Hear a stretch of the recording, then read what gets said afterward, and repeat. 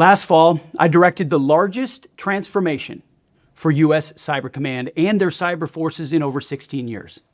We call it CyberCom 2.0. CyberCom 2.0 is an operational imperative that ensures our cyber power is a lethal and ready weapon of choice. It directly aligns our cyber force generation model with our national defense strategy. This is a deliberate choice designed to deter and, if necessary, defeat our adversaries in the digital domain with decisive and overwhelming effects. That's why we're ripping out the bureaucratic debris and replacing one-size-fits-all career paths and incentives with a system built strictly on meritocracy, technical excellence, and uncompromising standards. These long overdue changes will ripple across the entire Department of War and deliver real change for our warfighters in cyberspace as they continue to support the most powerful military in the world. Last fall, I directed the largest transformation for U.S. Cyber Command and their cyber forces in over 16 years. We call it CyberCom 2.0. We remain laser-focused on restoring peace through strength. But victory does not solely depend on our warfighting platforms. To win, our policies, our processes, and warfighting posture must adapt to the realities of cyberspace. In this evolving domain, relying on how we've done things in the past, well, it guarantees tomorrow's defeat. CyberCom 2.0 is an operational imperative that ensures our cyber power is a lethal and ready weapon of choice. It directly aligns our cyber force generation model with our national defense strategy. This is a deliberate choice designed to deter and, if necessary, defeat our adversaries in the digital domain with decisive and overwhelming effects. Every physical domain, air, land, sea, and space, depends on our cyber superiority. By forging expert cyber forces with deep technical mastery, we ensure that commanders have the capabilities that they need to dominate the modern battlefield. And to achieve this vision, we must first solve our core challenge, an outdated talent management system that fails to fully support our most critical asset, and that's our people, our cyber warriors. We must recognize that continuing with legacy processes is a vulnerability, and settling for the status quo, well, that's a direct path to failure. As we all know, change requires difficult things, and leaders willing to step up into the breach to knock down bureaucratic roadblocks. That's why we're ripping out the bureaucratic debris and replacing one-size-fits-all career paths and incentives with a system built strictly on meritocracy, technical excellence, and uncompromising standards.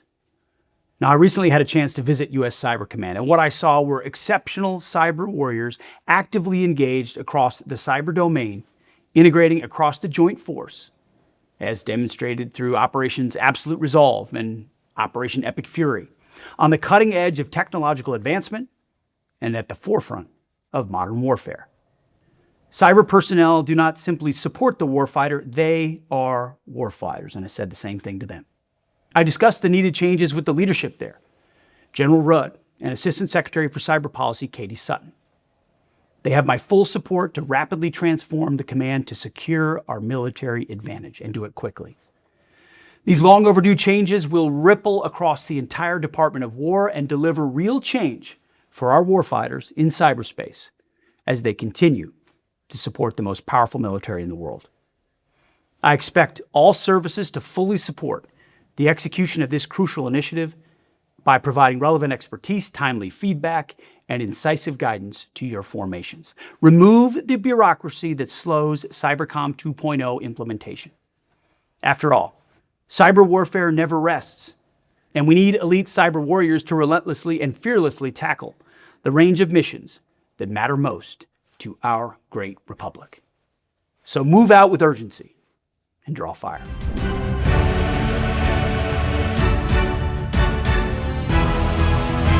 A massive, coordinated cyber attack has struck water systems across a dozen US states, sending shockwaves through Washington and raising urgent fears over the security of America's critical infrastructure. The hacks triggered alarming drops in water pressure and even localized flooding in some areas. But officials insist that drinking water supplies remain safe and uncontaminated throughout the ordeal. US officials are now expressing deep concern that the hackers could have caused far greater damage, potentially poisoning supplies or crippling entire systems, but mysteriously chose to hold back. The FBI has launched a full-scale investigation to understand why the attackers deliberately stopped short of targeting drinking water supplies, a move that has left experts both relieved and unsettled. One senior US official warned that America may have only faced the hackers' C-team, suggesting that the real team could unleash something far more devastating in a future escalation. Iran is among the main suspects behind the intrusion, given past patterns and technical signatures, but US officials have not yet formally confirmed Tehran's direct involvement in the campaign. For years, the US has warned that adversaries like Russia, China, and Iran could target critical infrastructure, especially water, energy, and financial systems, during moments of heightened geopolitical crisis. Cyber teams linked to these nations are believed to have spent years quietly infiltrating and mapping sensitive American networks, waiting for the right moment to strike with maximum impact.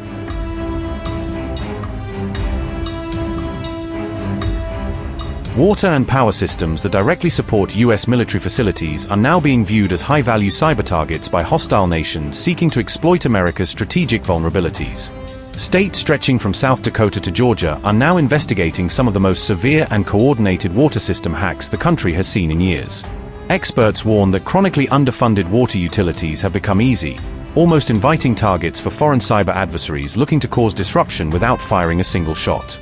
Former US officials caution that rival nations are increasingly using cyber sabotage not just to damage infrastructure, but to undermine public confidence in the government's ability to protect essential services. A suspected cyber attack in Georgia disabled a critical water pump station, triggering a precautionary boil water notice and sending shockwaves through local communities. Rapid City, South Dakota, also reported a cyber incident that affected its wastewater system, forcing operators to switch to manual controls while federal partners joined the investigation. Officials now fear that future cyber attacks could target chemical control systems at water treatment plants, potentially threatening the safety of drinking water for millions of Americans.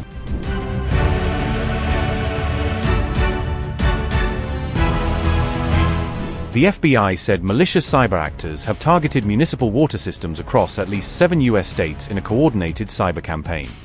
US and European officials believe Iran was likely behind the cyber campaign, according to NBC News, although the assessment has not been publicly confirmed by investigators. Federal investigators have not officially attributed the cyber attacks to Iran, as the investigation into the incidents remains ongoing.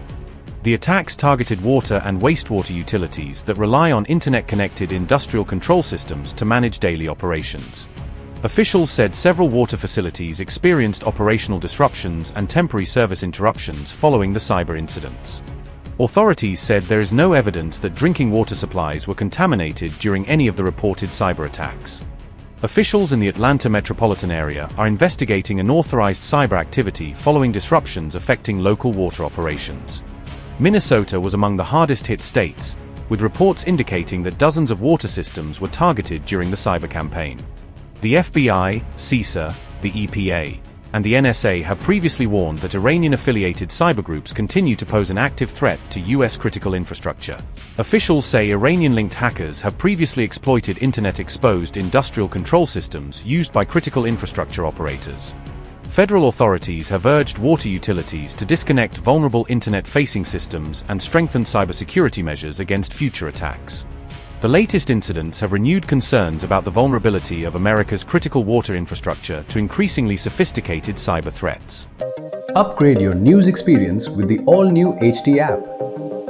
Download now.